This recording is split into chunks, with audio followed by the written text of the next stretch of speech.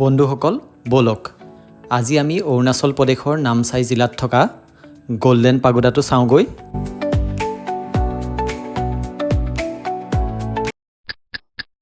Good morning বন্ধুসকল, আপোনালোক সকলোকে আমাৰ ইউটিউব চেনেলটোলৈ স্বাগতম জনাইছোঁ। আজি আমি নামচাইলৈ বুলি আহি আছোঁ। এতিয়া আহি আমি মাকুম বাইপাছ পাইছোঁহি আৰু কিছু সময় পিছতে আমি নামচাই কেইটামান গুৰুত্বপূৰ্ণ স্থান পামগৈ আৰু আপোনালোককো সেই স্থানসমূহ দেখুৱাবলৈ যত্ন কৰিম।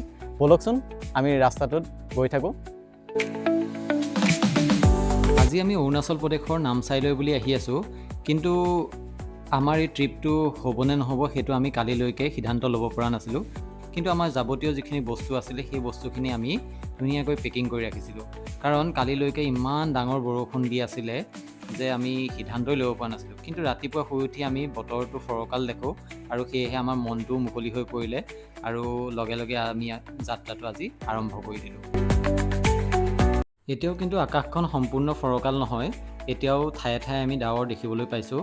কিন্তু সকলো বস্তু আমি ভগৱানৰ ওপৰত দিয়েই আজি যাত্ৰাটো আৰম্ভ কৰিছোঁ। বতৰটো ভাল হ'লে আমাৰ ভ্ৰমণ কৰিও ভাল লাগে। ব'লকচোন এতিয়া আমি এই ৰাস্তাৰে গৈ থাকোঁ।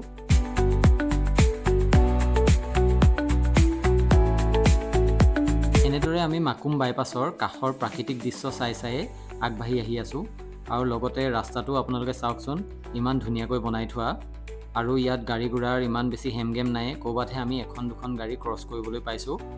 ব'লকচোন গৈ থাকোঁ এতিয়া। আমি এতিয়া আহি এটা তিনিআলি পাইছোঁহি। এই তিনিআলিটোৰ পৰা আমি যদি লেফ্ট ছাইডে গুচি যাওঁ তেতিয়া 5 কিলোমিটাৰ গ'লেই আমি ৰূপাই পাম।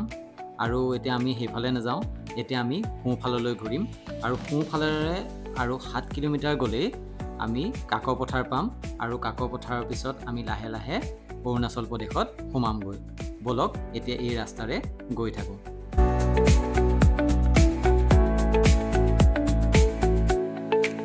এতিয়া আমি কাকপথাৰত আৰু এই কাকপথাৰ ঠাইখনৰ লগত ইয়াৰ স্থানৰো যথেষ্ট সাদৃশ্য আছে। আপোনালোকে যিমান দূৰলৈকে চাই সিমান দূৰলৈকে মাত্ৰ পথাৰেই দেখিব।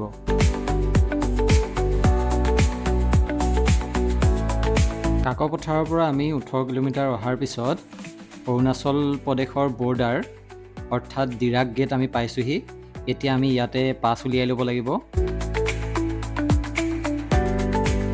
এতিয়া আমি অৰুণাচলৰ বাবে পাছ উলিয়াই ল'লোঁ আৰু এই গেটখনতে পুনৰ পাছখন আমি দেখুৱাব লাগিব। তাৰপিছত আমি অৰুণাচলৰ ভিতৰত সোমাব পাৰিম। এই ডিৰাগ গেটৰ পৰা প্ৰায় 30 কিলোমিটাৰ অহাৰ পিছত আমি অৰুণাচল প্ৰদেশৰ গোল্ডেন পেগোডা পাইছোঁহি। এতিয়া আমি অৰুণাচল প্ৰদেশৰ নামচাইত অৱস্থিত গোল্ডেন পেগোডা পালোহি। আপোনালোকে গেটখন দেখিছে। ব'লক এতিয়া আমি ভিতৰৰ পৰা গোল্ডেন পেগোডাটো এবাৰ চাই লওঁ। এতিয়া আপোনালোকে এই সৰু গেটখনলৈ মন কৰকচোন, তাত লিখা আছে ৱেলকাম টু কংমু খাম, অৰ্থাৎ গোল্ডেন পেগোডাটোক টাই খামতি ভাষাত কংমু খাম বুলি কোৱা হয়। ব'লক এতিয়া আমি ভিতৰলৈ সোমাই যাওঁ আৰু এইদৰে ৰাস্তাটোত আহি আমি আপোনালোকে দেখিবলৈ যে পাইছে গোল্ডেন কালাৰৰ সৰুকৈ থকা গেটখন, সেই গেটখনেই হৈছে গোল্ডেন পেগোডাৰ মুখ্য গেট। এতিয়া আমি গাড়ীখন পাৰ্কিঙত লগাই ল'লোঁ আৰু গেটখনৰ সোঁফালে থকা সেই ঘৰটোৱে হৈছে টিকট ঘৰ। আমি তাতে টিকেটটো কাটি ল'লোঁ। এতিয়া আপোনালোককো পাৰ্কিং এৰিয়াটো এবাৰ দেখুৱাই দিছোঁ। চাওকচোন কিমান ডাঙৰ এটা পাৰ্কিং এৰিয়া ইয়াত আছে। গাড়ী ৰাখিবৰ কাৰণে কোনো অসুবিধাই নাই, যিমান গাড়ী হ'লেও গোটেই গাড়ী ইয়াতে সোমাই যাব। ব'লক এতিয়া বিশেষ পলম নকৰি আমি ভিতৰলৈ সোমাই যাওঁ। এতিয়া প্ৰায় 11টা বাজিছে আৰু আমি আহি গোল্ডেন পেগোডা পাইছোঁহি, নামচাইত অৱস্থিত। আৰু আপোনালোককো অকণমান গোল্ডেন পেগোডাৰ কেম্পাছটো দেখুৱাওঁ বুলি ভাবিছোঁ। ব'লকচোন চাওঁগৈ। কেম্পাছটোত সোমাই কিবা মনটো ভাল লাগি গৈছে। চাৰিওফালে গছ গছনিবোৰ ইমান ধুনীয়াকৈ কাটিং কৰি ৰাখিছে আৰু লগতে ইমান পৰিষ্কাৰ পৰিচ্ছন্ন হৈ আছে। আপোনালোকেও চাওকচোন পৰিৱেশটো। এই ভ্ৰমণত মোৰ লগত পল্লৱী আৰু দেউতাও আছে। ব'লক এতিয়া আমি আটায়ে মিলি পেলাই গোল্ডেন পেগোডাটো ওচৰৰ পৰা চাওঁগৈ। আপোনালোকে সন্মুখত দেখিবলৈ পোৱা এই মন্দিৰটোৱে হৈছে গোল্ডেন পেগোডা। এই মন্দিৰটোতে জুবিন গাৰ্গে নিৰ্মাণ কৰা মিছন চাইনা চিনেমাখনৰ শ্বুটিঙো কৰা হৈছিলে। অৰুণাচল প্ৰদেশৰ নামচাই জিলাৰ টেঙাপানী নদীৰ পাৰত অৱস্থিত এই বৌদ্ধ মন্দিৰটোলৈ বহু দেশী বিদেশী পৰ্যটকৰ আগমন হোৱা দেখিবলৈ পোৱা যায়। এই বুদ্ধ মন্দিৰটো বাৰ্মিজ ষ্টাইলত বনোৱা হৈছে আৰু চাওকচোন ওচৰৰ পৰা কিমান সুন্দৰ লাগিছে। এই মন্দিৰটোত মানুহ সোমাব পৰাকৈ চাৰিওফালে 4খন প্ৰৱেশদ্বাৰ আছে। এতিয়া আমি এখন প্ৰৱেশদ্বাৰেৰে ভিতৰলৈ সোমাই যাওঁচোন আহক। এই বুদ্ধ মন্দিৰটো টাই খামতি, চিংফৌ, টাই সম্প্ৰদায়ৰ লোকসকলৰ শান্তি, সম্প্ৰীতি আৰু সাংস্কৃতিক ঐতিহ্যৰ প্ৰতীকস্বৰূপ। তেওঁলোকে এই মন্দিৰৰ কেম্পাছতে বিভিন্ন ধৰণৰ উৎসৱ পালন কৰাও দেখিবলৈ পোৱা যায়। ব'লক এতিয়া আমি মন্দিৰটোৰ মাজতে থকা বুদ্ধদেৱৰ প্ৰতিমূৰ্তিটো চাই লওঁ। বুদ্ধদেৱৰ প্ৰতিমূৰ্তিটো দেখিয়ে পল্লৱীয়ে তাত সেৱা জনালে আৰু আপোনালোকে চাওকচোন ৰুমটো ইমান ধুনীয়াকৈ সজাই পৰাই ৰাখিছে। জানিব পৰা মতে বুদ্ধদেৱৰ এই প্ৰতিমূৰ্তিটো থাইলেণ্ডৰ এজন লোকে দান কৰা। ইয়াৰ উপৰিও এই চৌহদতে মেডিটেশ্যন হল এটা আছে। মংবিলাক অৰ্থাৎ বৌদ্ধ ভিক্ষুসকল থাকিব পৰাকৈ আৱাসগৃহৰ ব্যৱস্থা আছে। ধৰ্মগ্ৰন্থবোৰ ৰখাকৈ এটা লাইব্ৰেৰীৰ ধুনীয়া ব্যৱস্থা আছে আৰু লগতে এখন ধুনীয়া ফুলনিৰ ব্যৱস্থাও আমি দেখিবলৈ পালোঁ।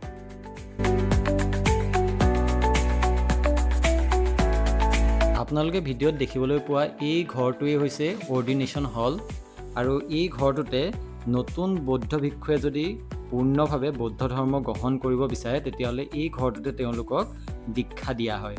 ইয়াৰ উপৰিও বিভিন্ন ধৰণৰ ধৰ্মীয় উপদেশ আৰু ধৰ্মচৰ্চাৰ অনুষ্ঠানবিলাকো ইয়াত অনুষ্ঠিত কৰা হয়। গল্ডেন পেগোডাৰ চৌহদত ঘূৰি ফুৰোঁতেও এওঁলোকক দেখিলোঁ আৰু এওঁলোকে যিটো ড্ৰেছ পৰিধান কৰি আছে সেইটো হৈছে টাই খামতিসকলৰ ट्रेडिशनल ड्रेस। बाहर से आए हुए हैं। हाँ, ड्रेस में देखा ना इसलिए पूछा। हाँ हाँ ठीक है, थैंक यू।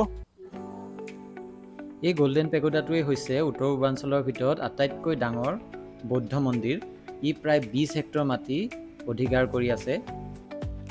এই চৌহদত দুটা ফেষ্টিভেল বৰ ডাঙৰকৈ পতা হয়। এটা হৈছে কঠিনা ফেষ্টিভেল য'ত বৌদ্ধ ভিক্ষুসকলক বস্ত্ৰদান কৰা হয় আৰু আনটো হৈছে চাংকেন ফেষ্টিভেল। এই ফেষ্টিভেলটোত এজনে আনজনৰ গালৈ পানী দলিওৱা হয় আৰু এনেধৰণে এই ফেষ্টিভেলটো উপভোগ কৰা হয়। আমি ফাকুৱাত যেনেদৰে ইজনে সিজনক ৰং লগাই আনন্দ লওঁ, ঠিক তেনেদৰে চাংকেন ফেষ্টিভেলত ইজনে সিজনক জল লগাই আনন্দ প্ৰকাশ কৰে। গল্ডেন পেগোডাৰ কেম্পাছত এটা পুখুৰীও আছে, আপোনালোকে সেয়া দেখিবলৈ পাইছে আৰু পুখুৰীটোৰ মাজত এটা বৌদ্ধ মূৰ্তি ধুনীয়াকৈ ৰাখি থোৱা হৈছে আৰু ইয়াৰ পৰিৱেশটো চাওকচোন ইমান ধুনীয়া। এখন মুকলি ঠাই সঁচাকৈ ইয়াত আছে আৰু কাষে কাষে সেই গছ গছনিবোৰ, বাগিচাবোৰ এইবিলাকে এই মন্দিৰটোৰ সৌন্দৰ্য সঁচাকৈয়ে দুগুণে বঢ়াই দিছে। ইয়াৰ উপৰিও আপোনালোকে দেখিবলৈ পোৱা সৌ ঘৰ দুটা, দূৰত থকা ঘৰ দুটাই হৈছে মেডিটেশ্যন হল। তাতেই বৌদ্ধ ভিক্ষুসকলে মেডিটেশ্যন কৰে। ইয়াত 100জনতকৈ অধিক বৌদ্ধ ভিক্ষু থাকিব পৰাকৈ আৱাসগৃহৰ ব্যৱস্থা কৰা আছে। গল্ডেন পেগোডাৰ এই ফুলনিখনো চালে চকুৰ ৰোৱাৰ নিচিনা হৈ আছে। ইমান ধুনীয়াকৈ ফুলবোৰ ফুলি আছে আৰু ইয়াৰ উপৰিও ফুলবিলাক একদম ধুনীয়াকৈ কাটিং কৰি ৰখা হৈছে। ইয়াত চাওকচোন কিমান ধুনীয়াকৈ পখিলাবিলাক এই ফুলৰ ওপৰত পৰি আছে। সঁচাকৈ মনোৰম দৃশ্য বুলিয়েই ক'ব লাগিব। আৰু সন্ধিয়াৰ সময়ত যদি আপোনালোকে এই গল্ডেন পেগোডালৈ আহে তেতিয়াহ'লে ইয়াৰ পৰিৱেশটো আৰু ভাল লগা হৈ উঠে, কাৰণ সেই সময়ত সম্পূৰ্ণ লাইটিং চৌহদটোত দেখিবলৈ পোৱা যায়। গতিকে আপোনালোক যদি আহে তেতিয়া সন্ধিয়া সময়ত কেতিয়াবা আহিব আৰু ইয়াৰ পৰিৱেশটো চাবচোন, আৰু মধুৰ লাগিব আৰু ভাল লগা হৈ উঠিব। এনেধৰণে গছবিলাক চাই থাকোঁতেনেই হঠাৎ আমাৰ এজোপা গছলৈ চকু পৰিলে আৰু এই গছজোপা চাওকচোন। আপোনালোকে যদি এই গছজোপাৰ নামটো জানে তেনেহ'লে জনাবচোন। কিবা সৰু সৰু গুটি লাগি আছে আৰু এয়া চাওকচোন কিবা সৰু, একেবাৰে সৰু সৰু তামোলৰ নিচিনা। কি গছ হয় বাৰু, কোনোবাই জানিলে কমেণ্টত জনাবচোন। আজি এই গল্ডেন পেগোডাৰ ভিডিঅ'টো চাই আপোনালোকে কেনেকুৱা পালে কমেণ্টত জনাবচোন। আপোনালোকৰ কমেণ্টৰ কাৰণে মই অতি আগ্ৰহেৰে বাট চাই থাকিম। যদি ভিডিঅ'টো চাই ভাল পালে তেতিয়া লাইক, কমেণ্ট, শ্বেয়াৰ, ছাবস্ক্ৰাইব কৰি দিব। পুনৰ এটা নতুন বিষয়ত নতুন এটা ভিডিঅ' আপোনালোকলৈ লৈ আহিম। তেতিয়ালৈ বাই বাই।